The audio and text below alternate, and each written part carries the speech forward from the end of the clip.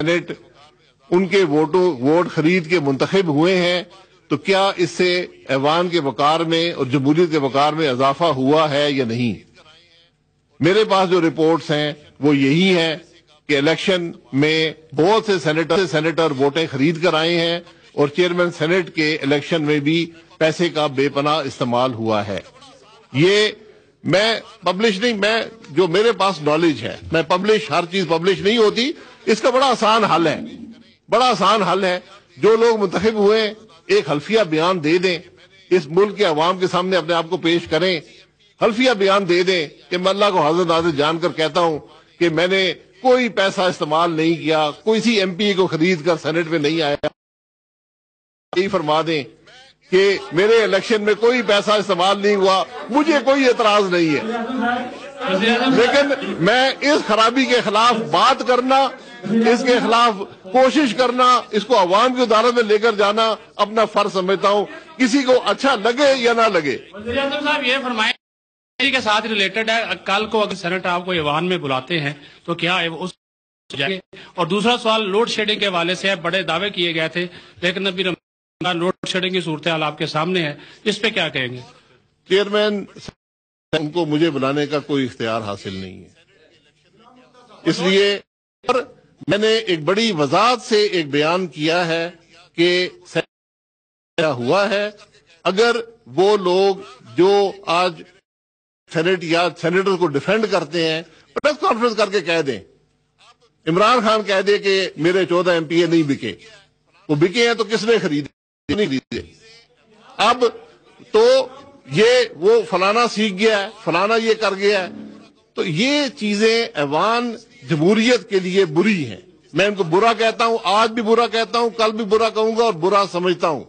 اس لیے کسی نے استحقاق مجروح ہوتا ہے تو مجروح ہوتا رہے، کوئی پرواہ نہیں ہے، لیکن جو برائی ہے اس کے خلاف بات کرنا میں اس عہدے کا بھی فرض منصبی سمجھتا ہوں، اور ذاتی طور پر اگر میں نے سیاست میں 30 سال گزارے ہیں تو میں باعزت رہنا چاہتا ہوں پاکستان کی نظر میں۔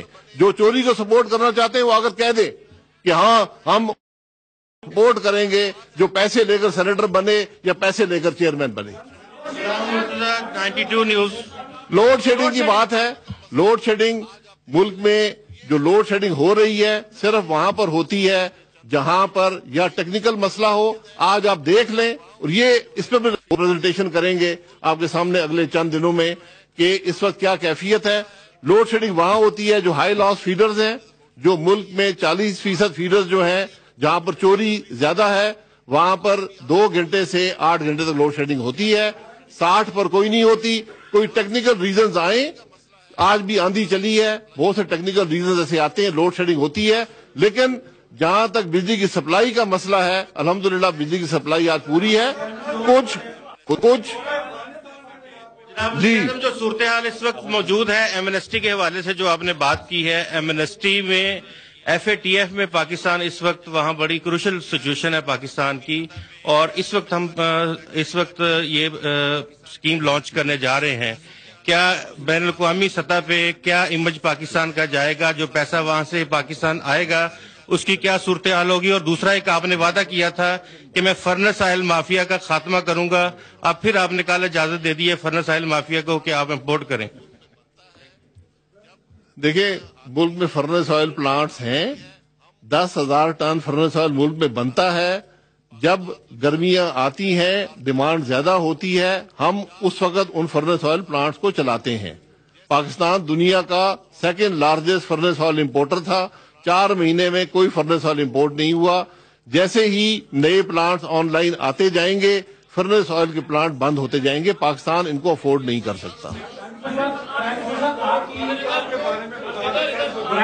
میرا نام عثمان خان ہے، سما ٹیلی ویژن افغانستان کا دورہ ہونے دے تو آگے بتاؤں گا نا دورے سے۔ عثمان خان، سما ٹی وی سے۔ آپ کی گفتگو سے ایسے لگ رہا ہے کہ میٹھا میٹھا ہپ اور کڑوا کڑوا تھو۔ بہت سارے الیکشن جو ہم نے دیکھے جس قسم کے ہوتے ہیں، اور میڈیا کے سامنے ایک سینٹ کا الیکشن بھی ہوا تھا، آپ بازد ہیں کہ وہ الیکشن چوری ہوا، مینڈیٹ چوری ہوا۔ مری میں جو ہے وہ اب الیکشن آ رہے ہیں اور مری میں گیس کی پائپ لائن بچھائی جا رہی ہیں، کہیں ضمنی الیکشن ہوتا ہے تو وہاں پر موٹر سائیکل دی جاتی ہے۔ تو کیا یہ رشوت کے زمرے میں نہیں آتے، یہ ووٹ چوری کے زمرے میں یہ سارا کام نہیں آتا جو کہ آپ کی پارٹی سے بھی ہوتا ہے. اور دوسرا سوال یہ ہے, دوسرا سوال سر سن لیجیے گا, دوسرا سوال یہ ہے کہ سی پیک کے اوپر بہت سارے خدشات سامنے آ رہے ہیں, اور سنا یہ ہے کہ بہت سارے اکنامک زونز جو بننے تھے وہ بنانے سے چائنا نے معذرت کر لی ہے. جی, آپ کے گھر میں گیس ہے؟ نہیں, گھر میں گیس لگی ہوئی ہے؟ نہیں بتائیں نا یار. تو اگر آپ کے لگی ہے تو جو لوگ مری میں رہتے ہیں ان کو گیس کا حق نہیں ہے؟ نہیں, وہ اس ملک کے شہری نہیں, الیکشن سے پہلے نہیں. میں 5 سال کے منتخب ہوا تھا اور جتنی گیس میں نے الحمدللہ لگائی ہے پورے پاکستان میں پچھلے 65 سال میں نہیں لگی تھی. اگر مری میں لگ رہی ہے تو انشاءاللہ اور لگے گی. پرائم منسٹر صاحب, آج سے میں رانا. پرائم منسٹر صاحب, میرا خیال آپ سوال ختم ہو گئے. آپ پرائم منسٹر صاحب ایک سیکنڈ. پرائم منسٹر آپ سے میں رانا. جی,